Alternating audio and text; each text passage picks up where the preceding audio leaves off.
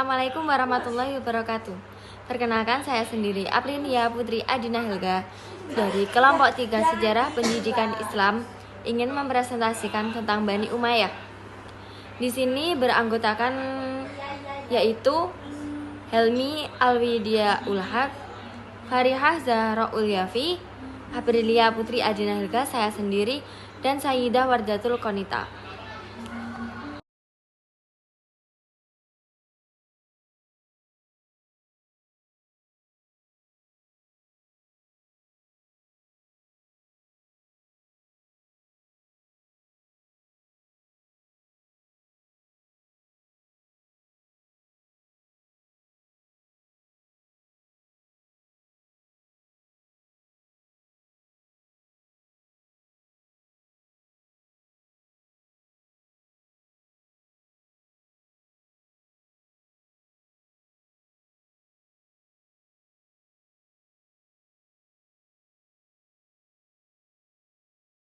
Baik, di sini aku akan menjelaskan pengertian tentang Bani Umayyah. Bani Umayyah adalah dinasti Islam yang membangun kekaisaran dan warisan budaya yang berdiri pada tahun 661 hingga 750 Masehi. Bani Umayyah merupakan salah satu dinasti Islam yang paling berpengaruh dalam sejarah, yang didirikan oleh Muawiyah bin Abi Sufyan. Di sini aku juga akan menjelaskan tentang awal mula pendirian dari dinasti Bani Umayyah.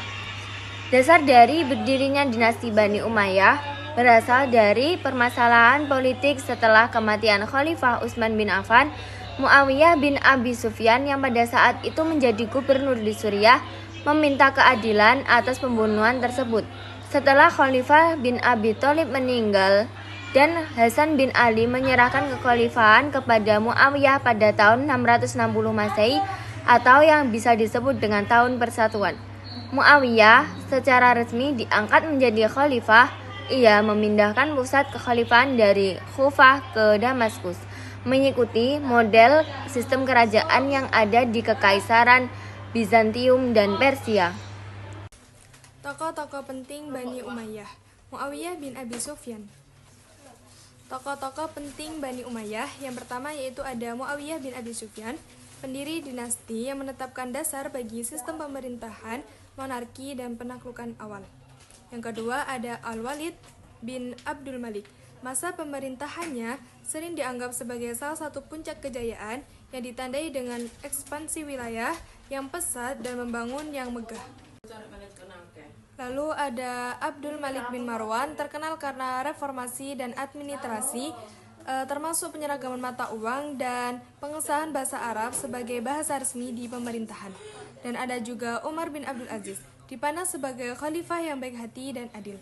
Yang terakhir ada Hisham bin Abdul Malik, memperkuat pengolahan negara dan memisahkan organisasi kepolisian. Kemunduran dan kehancuran Bani Umayyah. Yang pertama, ketidakjelasan sistem suksesi.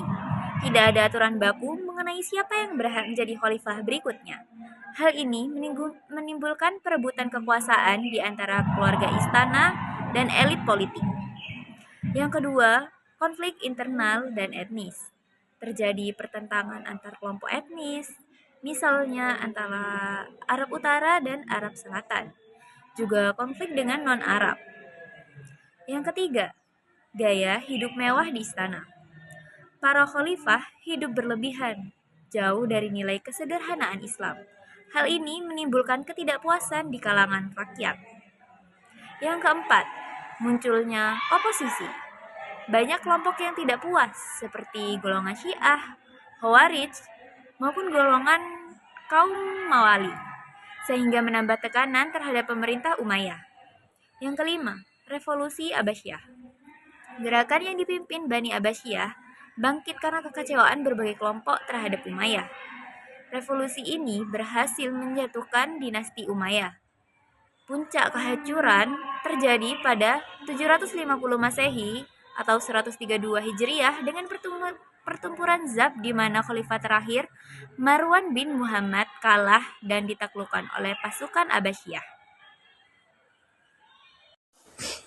Baik, di sini saya akan menjelaskan mengenai peninggalan Bani Umayyah. Sebelumnya perkenalkan, nama saya Helmi Alwidaul Haq dari kelas biologi A. Dan NIM saya yaitu 2506 02 11 0109. Dinasti Bani Umayyah yang berkuasa dari tahun 661 hingga 750 Masehi. Meninggalkan warisan arsitektur yang sangat kaya dan sangat berpengaruh. Kekuasaan mereka itu membentang dari Spanyol hingga Asia Tengah. Dan ini tercermin dalam keragaman gaya arsitektur yang mereka bangun. Berikut ada beberapa peninggalan Bani Umayyah di bidang arsitektur, yaitu berupa masjid dan bangunan seperti kubah-kubah. Tetapi di sini pembangunan masjidnya itu menjadi fokus utama arsitektur Bani Umayyah itu tersebut. Masjid-masjid ini tidak hanya berfungsi sebagai tempat peristirahatan, perburuan, atau pusat administrasi. Bangunan-bangunan ini menunjukkan kemewahan dan keterampilan artistik di dinasti Bani Umayyah tersebut. Salah satu warisan terpenting dari Bani Umayyah adalah ekspansi wilayah mereka yang luar biasa luas dan mereka mengubah kekaisaran global. Ekspansi ini dilakukan melalui penaklukan militer yang terencana dan sangat strategis, serta didorong oleh semangat penyebaran agama. Rute dan wilayah ekspansi Bani Umayyah itu terjadi di berbagai benua, mencakup 3 benua, yaitu Asia, Afrika, dan Eropa. Salah satu warisan Bani Umayyah yang paling signifikan adalah pembaruan bidang bahasa dan administrasi, yang menjadi fondasi bagi struktur kekhalifahan Islam dan peradaban Arab di masa selanjutnya. Pada masa awal kekhalifahan, administrasi masih menggunakan bahasa dan sistem birokrasi dari wilayah yang ditaklukkan, seperti bahasa Yunani di Suriah dan bahasa Persia di Irak. Itu saja yang bisa saya. Selanjutnya, ini ada cuplikan video tentang Bani Umayyah.